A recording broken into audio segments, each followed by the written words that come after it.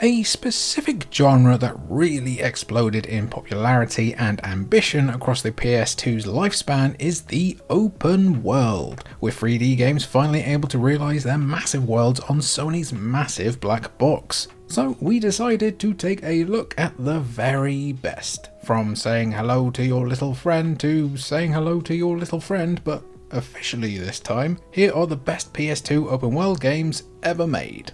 But first, what did you eat for breakfast? I genuinely just want to know, it interests me.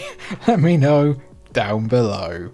Number 15, Destroy All Humans.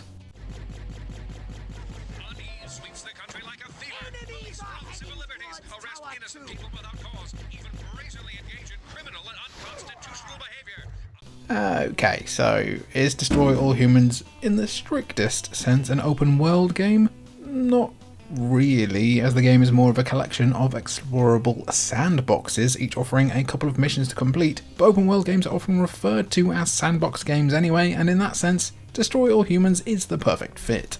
Sure, you might spend your entire time destroying the contents of that sandbox 11 times over, or using your trusty anal probe to extract those juicy human brains. It's a weird game, but it's great fun nonetheless. As Crypto, not an NFT, but a proud member of the Furon Empire, you've travelled to Earth to investigate a downed spacecraft that belonged to another of your kind. Oh, and also lay the groundwork for a full-blown invasion. Can't forget that bit. Where you can explore the different parodies of 1950s American towns and cities on foot, using a variety of alien weaponry and telekinetic abilities to cause mischief. Destroy All Humans also allows players to cut loose, hopping into the UFO to level the entire town until it's nothing but ashes. Oh, that's nice. Number 14, Scarface, the world is yours.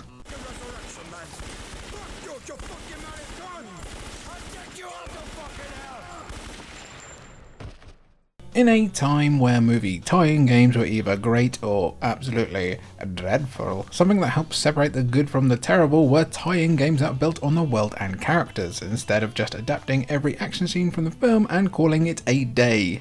The Godfather, The Warriors and The Thing were all brilliant examples of games on the PS2 that showed love to the source material and produced something great, but when it comes to open world games, none shined brighter than Scarface, the world is yours.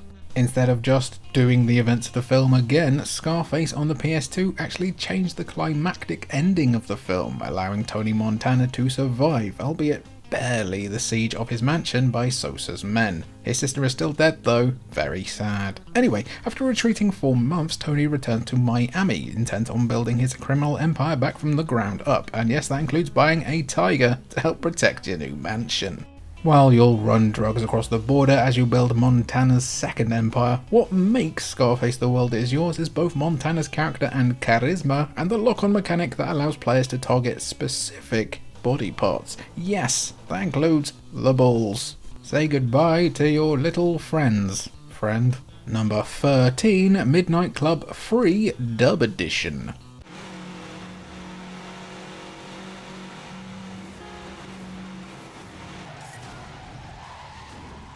Look, we all know Rockstar's greatest hits in the open world genre are going to feature in the latter end of this list, but let's not discount their work on a series that'll probably never see the light of day again. Midnight Club.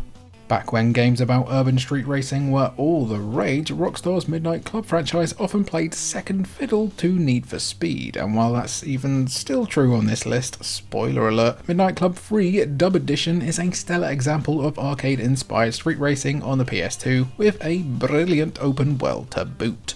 Adopting a racing formula similar to how Burnout Paradise would eventually operate. What a whipper, by the way. Midnight Club Free Dub Edition's races saw players following checkpoints that you could use any route to reach. Because of this, players could use their knowledge of the three cities you explore, Detroit, San Diego and Atlanta, to find shortcuts and gain the advantage. While MC3 Dub Edition is the most well-known version, Rockstar also released Dub Edition Remix, which included new vehicles, new music, and the city of Tokyo, mostly lifted from Midnight Club 2, another pretty dang good game. And if you're wondering why we'll never see a Midnight Club ever again, two words for you: shark cards. Numero 12, The Incredible Hulk Ultimate Destruction.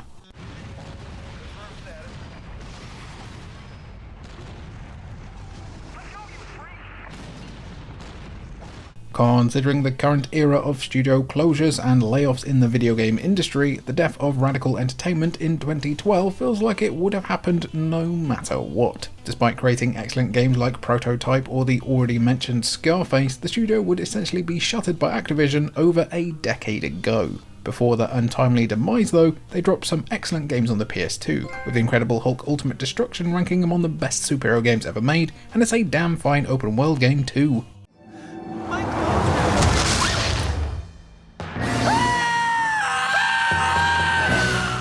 While the story isn't much to write home about, essentially covering the same bases as the Edward Norton Hulk film from a few years later, it's the gameplay that made this Hulk game a real winner. Instead of stealth sections with puny Banner, the Incredible Hulk Ultimate Destruction earned its name by focusing only on the big green smashing machine, doing what he does best. His taxes. No, I'm sorry, smashing. Well, we say only, but the variety of challenges and bonus missions in the Incredible Hulk Ultimate Destruction help keep things fresh throughout. And it simply never gets boring to just destroy some stuff. Number 11, The Getaway Black Monday.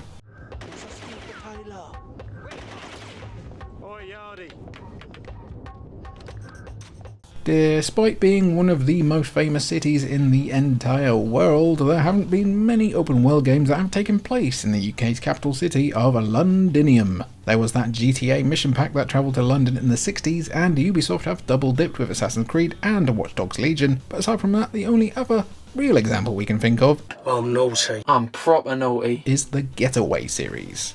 While the first game was a good introduction to the Guy Ritchie inspired formula, the sequel Black Monday is more of an open world game by nature. The first game had you complete all the missions for a playable character before you could start roaming freely, so Black Monday letting you explore from the get-go is definitely an improvement. Like all great Guy Ritchie inspired plots, we're not talking about Swept Away here by the way, The Getaway Black Monday sees multiple characters converging together for what can only be described as an explosive finale. There's betrayal, drugs, and more than enough gunfights to keep players interested until the credits roll as you explore a pretty accurate depiction of London. Well, accurate as it can be considering it was on the PS2. I mean, there's no Gregs in it. We'd asked for a remake of both Getaway games from Sony, but considering they decided to shut down their London studio, guess that's out of the question, eh? Number 10, The Simpsons Hit and Run. Oh, I think I broke something. Another Radical Entertainment banger, The Simpsons Hit and Run made no bones about the fact that it was borrowing pretty heavily from the GTA formula. If you're going to make an open world game, there's no better series to copy from, though The Simpsons doesn't quite go so far as to have Bart and Homer hitting the drive-by on Moe's bar. Seems like a bit of a missed opportunity when you could have had The Simpsons doing some illicit activities for Fat Tony, but at the end of the day, it's The Simpsons, not The Sopranos. I don't really feel like burying the sea captain in a shallow grave. Or do I? Anyway, set across a week in the life of Springfield, you'll play as Homer, Bart, Marge, Lisa and Apu as they explore the suburbs, downtown and beach of Springfield, with each area crammed with Easter eggs and references to the long-running series. Because the game only came out in 2003, which was 21 years ago, oh my god, you're pretty much guaranteed that the majority of the references involve the good moments from the show and not the seemingly never-ending dark ages. Hey, I am a bit of a sick weirdo myself and think it's all pretty good up until like season 16? People are always clamouring for this to be remastered, as much of a probable headache as that would be in terms of licensing. How about you? Let us know down below. To clarify, not remastering you, not if you were to be a problem to be remastered, but the game. Okay, next entry. Number 9, Need for Speed Underground 2.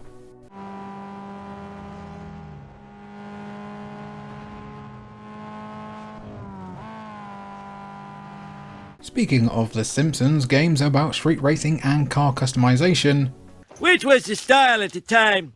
weren't too hard to find back in the day, and Underground was a large reason for this. While the original games in the Need for Speed series were standard races, Underground elevated the formula by adding a much needed edge. Reed, nitrous oxide, and Little John, baby.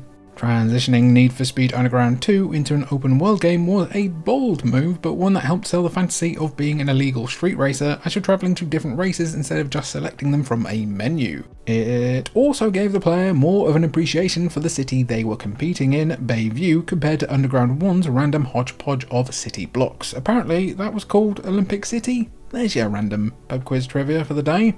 Anyway, we don't think Need for Speed has ever been much better than this, and it's the kind of game that couldn't be made today without immediately being called cringe. Chingy isn't cringe. Okay, maybe a bit cringe, but still, it's chingy. Number 8, Mercenaries, Playground of Destruction.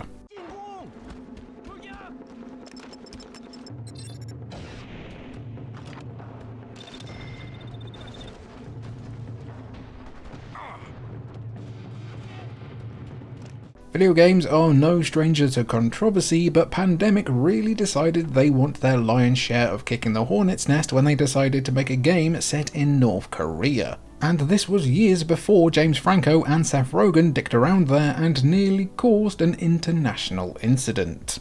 But Mercenaries Playground of Destruction more than lives up to its name, as you control a private contractor sent into the heart of North Korea to try and take down the Deck of 52, the collection of high-ranking military personnel in the NK Army. If you haven't guessed, the Ace of Spades is the most valuable one. Motorhead taught us this. What makes Mercenaries such a unique and special game is the process by which you go about hunting down the various cards. You work your way through a suit at a time, but the way you go about it is by working with the various factions, such as the Allied Nations, the Chinese Army, the South Korean forces, and the Russian Mafia. These factions can give you intel on where to find the various cards, which you can then extract either dead or alive for cash, which can then be spent on more fun explosive toys, which are called in via air support like Helldiver Stratagems. It is a playground after all. Number 7, Gun.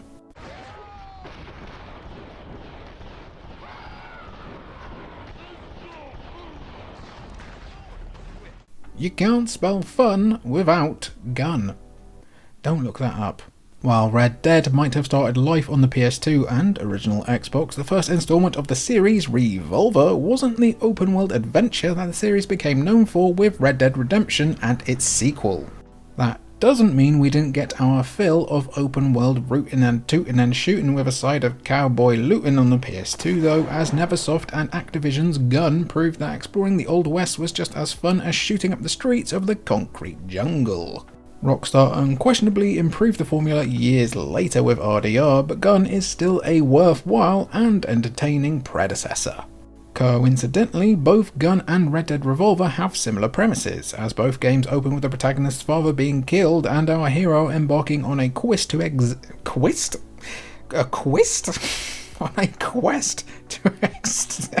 vengeance.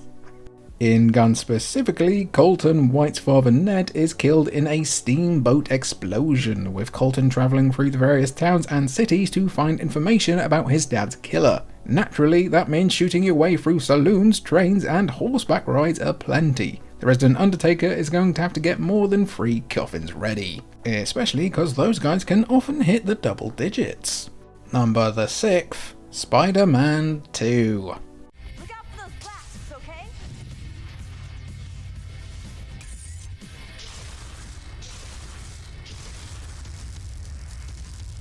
There's a level of freedom that comes with playing an open world game, free from restrictions and consequences, mostly, but having access to an open world and superpowers at the same time is even better. We've already spoken about the Incredible Hulk Ultimate Destruction, which literally lets players loose on New York City. But if you prefer treating your video game open worlds like a jungle gym instead of one of those stress rooms where you get to smash pottery, Spider-Man 2 is a much better pick.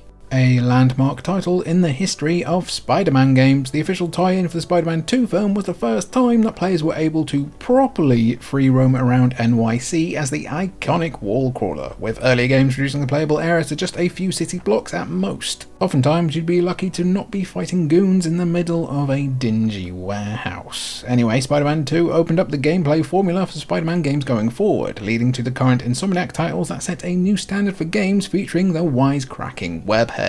However, those games don't have pizza time though, so they are literal garbage games.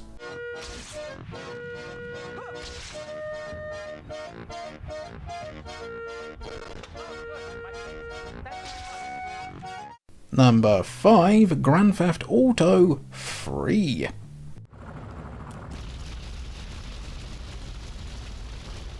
Welcome to the Rockstar block, where the vast majority of the best open world games left to talk about on the PS2 were made by the Shark Card Warehouse. You knew it was coming, we knew it was coming.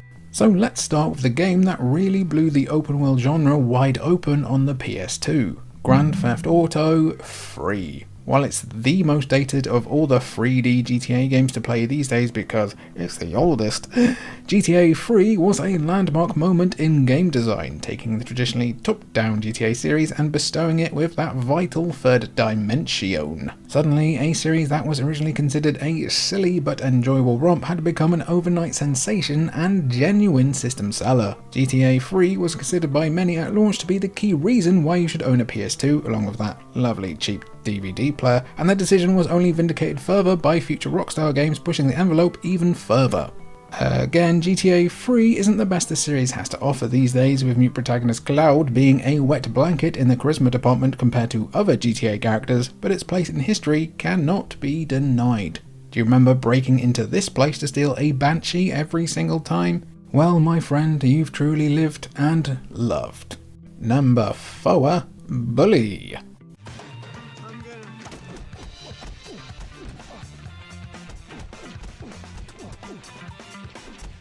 Not every open world game needs to feature some kind of expansive, all-consuming world that takes hours to trek from one end to another. That's why Bully's open world design is so refreshing even now, as it's just a perfectly normal American town that you can easily pedal across in the space of a couple of minutes. Like a Yakuza game though, Rockstar have managed to pack an incredible amount of detail and content into Bulworth, ensuring you're always finding new secrets and collectibles as you're exploring. As the Wayne Rooney-esque Jimmy Hopkins, a new student at Bulworth Academy, you have to find your place among the social hierarchy across an entire school year, as the different cliques of students try to make Jimmy's education a living hell. While the action only starts at the school in the first chapter, the rest of Bulworth opens up as the school year progresses, including the preppy suburbs, the shady industrial area where the greasers and dropouts hang out, and the fully functioning theme park complete with rides and carnival games. Bully's open world approach is proof that it's not about the size, it's how you use it. Yeah, we're sticking with that one. We'll stick that one in. Not sticking it in like that. Oh god, next entry. Number 3, Grand Theft Auto Vice City.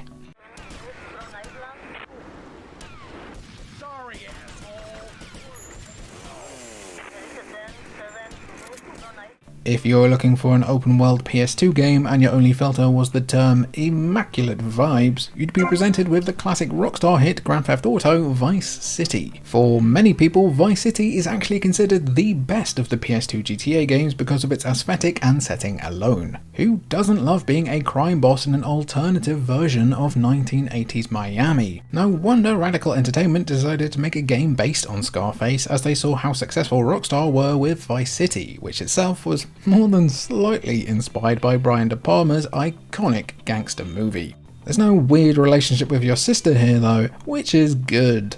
Despite only releasing a year after GTA 3, which still feels like absolute witchcraft and will never be repeated ever again, Vice City is a leaps and bounds improvement over the predecessor, especially in terms of the game's story and characters. For one, the lead character can actually speak now, with Tommy Vercetti up there with the franchise's very best protagonists thanks to awesome voice work from the late great Ray Liotta. However, the neon-soaked streets of Vice City, the radio stations filled with 80s glam rock and pop, and the gaudy, brightly coloured outfits and Hawaiian shirts everywhere helped make Vice City a truly unforgettable experience.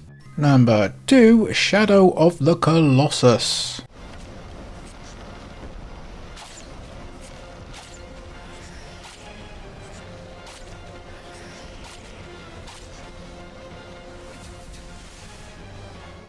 We interrupt your regularly scheduled Rockstar block to talk to you about an absolute classic, an all-time great adventure on PS2, and crucially one of the best uses of an open world in gaming history. We're talking about Shadow of the Colossus, the follow-up / prequel to Team Ico's, well, Ico. First though, Eco or Ico? Let us know down below. the gameplay of scaling and defeating the 16 massive colossi throughout the game, or the tragic story that sees our hero wander killing the majestic beast in an attempt to resurrect his lost love, has been spoken about to death already, including by us on our Saddest Games Ever video that none of you watched, so let's focus on this open world instead. Unlike the other open worlds on this list, the world shown in Shadow of the Colossus is barren, filled with ruins of a lost civilization and the not-so-sweet 16 creatures you've been charged with slaying. The world itself is huge, so it's fortunate that you've been given a faithful companion in your horse Agro, who allows you to explore the world with ease. There's haunting beauty in exploring the land of Shadow of the Colossus, as you're left with more questions than answers regarding the nature of the Colossi, the world itself, and the ruination that befell it. It's a world that'll stick with you long after the credits have rolled. However, it doesn't have Rage Against the Machine on the soundtrack, so the winner has to be... Number 1, Grand Theft Auto San Andreas.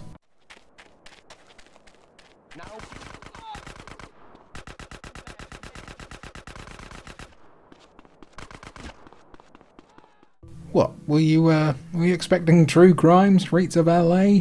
The third and final Grand Theft Auto game developed for the PS2, as Liberty City / Vice City stories were developed for the PSP first. Also, we decided to leave them off because you need 5 GTA games on the same list. Grand Theft Auto San Andreas was a huge leap in terms of gameplay over the other games.